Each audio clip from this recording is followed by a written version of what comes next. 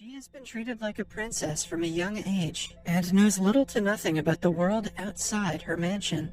Karine has everything she wants, and her only dream is to marry a prince one day. On the morning of her 16th birthday, her personal bodyguard, Kaburaki, and the maids wake her up and carry her to the bathroom. Karine, who is still half asleep, doesn't realize she is being picked up. They bathe her and get her ready in her school uniform. After being pampered, she is told that she has received gifts from several billionaires from around the world, like Mark Zuckerberg and Bernard Arnault. She is then seated in her limo and driven to school like usual. On her way, her classmate and friend, Ebina Isuzu, brings her flowers. Like Karine, he also belongs to a wealthy family. He has had a crush on her for a long time, but she only thinks of him as a friend. At school, Karine hears the girls gush about a good-looking guy who has just been admitted to the school. She follows them to take a look at him herself. Like the other girls, Karine is also mesmerized by Nao Tsurugi's beauty.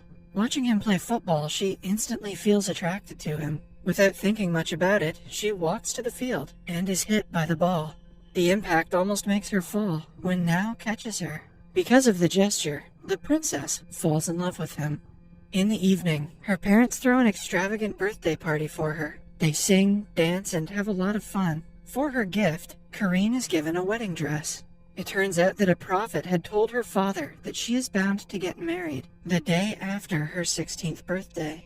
The husband will turn Karine into a better person and will provide her lifelong happiness. Karine refuses to marry anyone who is not Nao. She throws a fit, breaking the utensils and destroying the place, without letting her father explain himself. Only after he shows her the picture of her future husband does she realize that she is being married to Nao. Kazuki has bought her a husband of her choice for her 16th birthday. The following day, she and Nao are at the altar. When they are asked to exchange rings, he claims that since they are keeping their marriage a secret, it is better if they skip that part. Karine is ready to do as he says, so she doesn't object. Since they are too young to be married, they have decided to not tell anyone at school. After the wedding, he brings her to his house that only has one bedroom that is the size of her closet at her mansion. She is told that she will have to adjust now that her husband is poor. Karine is skeptical about how two people are going to fit in the house, but she trusts her husband to make her feel comfortable. She is excited about her first night with Nao, but is confused when he asks her to stay on her side of the room. He reveals that he doesn't love her and only married her because he wanted to inherit her father's wealth. He calls her shallow for choosing him because of his looks, and also says that he hates her. Karine falls asleep, hoping that everything that happened was just a dream.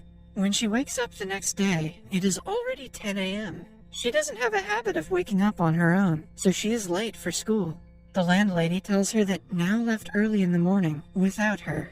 Karine tries to take a shower, but doesn't know how to turn on hot water. Getting ready for school is difficult for her, without the help of her maids. After struggling to do basic tasks the entire morning, she leaves for school, but gets lost on the way.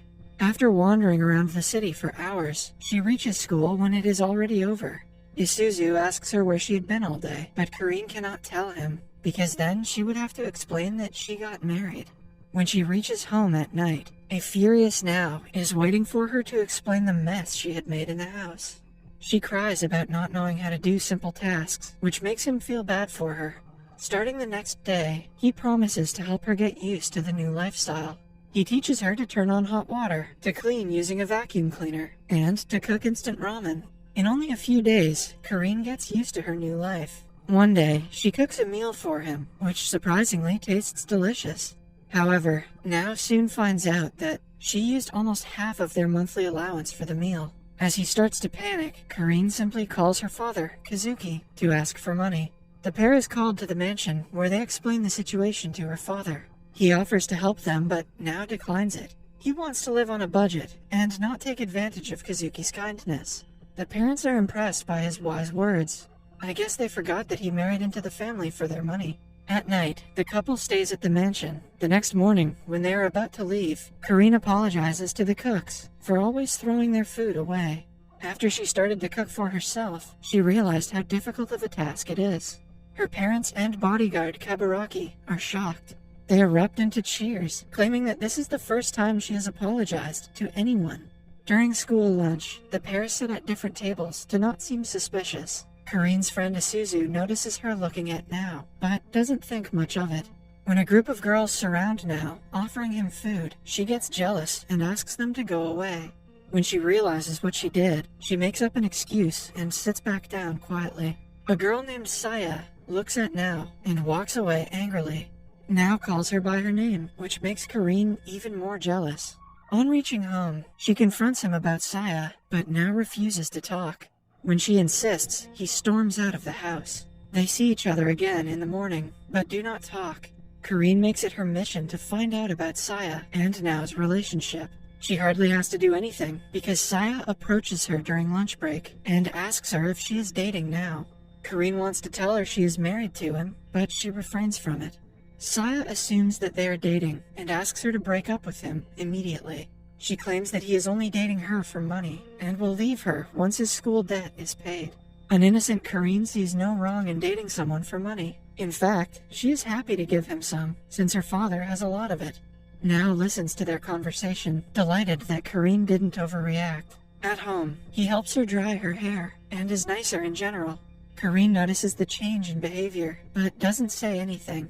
The next day, Now finds out that Kareen has been passing her tests with the help of her bodyguard and her friend Isuzu.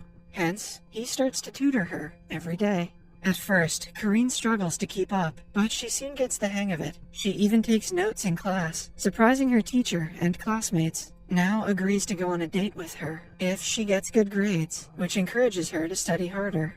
One day, she is in the library when Isuzu asks her if she is dating someone. Kareen tells him she just wants to get better grades, but he has started to suspect her. She gets an A on her next test and is overjoyed.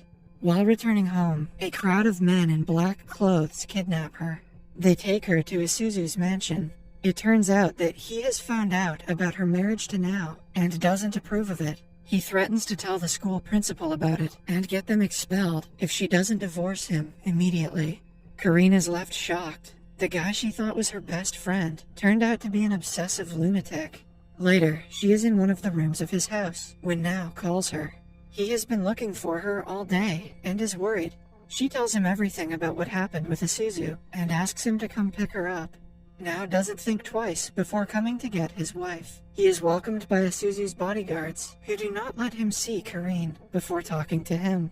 Isuzu knows that Now married Kareen for her money. He tells Now that he can never provide Kareen with the love and happiness she deserves. Having known Kareen since childhood, Isuzu knows everything about her dreams and aspirations. She wanted to dance with her significant other as a princess and wanted to have a grand wedding with hundreds of guests, but Now couldn't even give her that. Now, who has started to fall in love with her, realizes that she deserves someone like Isuzu who can fulfill all of her wishes. Isuzu asks him to divorce Kareen if he really cares about her. When Now later meets her, she asks him to come home. However, Now wants her to stay the night at her parents' house because his house has no electricity. She retaliates, but he agrees to go on a date with her tomorrow and calms her. The next day, they meet on a bridge and go to an aquarium where Kareen had always wanted to visit. Now compliments her outfit, making her blush. They eat several street foods, talk about different things, and run around on the beach. In the end, they sit down to talk. Kareen lists all the things that she has noticed about Now, like the fact that he hates the noise of utensils breaking. He reveals that his mother used to break stuff when she got mad, so he has developed a hatred for such noises. They promise to support each other for eternity and ring a bell on a shrine. Right after, Now suggests they get a divorce. Kareen returns home shocked and devastated. The next day, Now drops out of school and gets into a massive argument with his mother. He wants to do his best to not see Kareen. Kareen's parents are worried for her, but can do nothing to change Now's mind. In the meantime, Isuzu visits her and asks her to go out with him. He brings her to a palace where they dance, as she had always wanted to with her prince. Kareen enjoys his company, but knows that she would rather live in a tiny home with Now than in a palace. When they are done dancing, Isuzu proposes to her. Somewhere else, Kaburaki meets Now and gives him the divorce papers. He also hands him a princess book that used to be Kareen's favorite. After reading the book, Now gets to know more about what she wants in life. It also makes him realize that he cannot give her up at any cost. He runs to Isuzu's house, asking him to stay out of his and Karin's relationship. He appears to be determined about winning her back. Isuzu tells him that Karin refused to marry him because she is in love with Now. He wants her to be happy, even if it means helping her get back together with him. Now happily runs back to their house, knowing that Karin would be there. The two finally meet each other and kiss.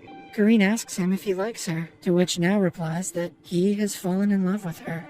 Cut to 5 years later, Karin and Now are getting married yet again. This time, the church is filled with guests, and the two exchange rings. In the last scene, they kiss as the crowd erupts in cheers.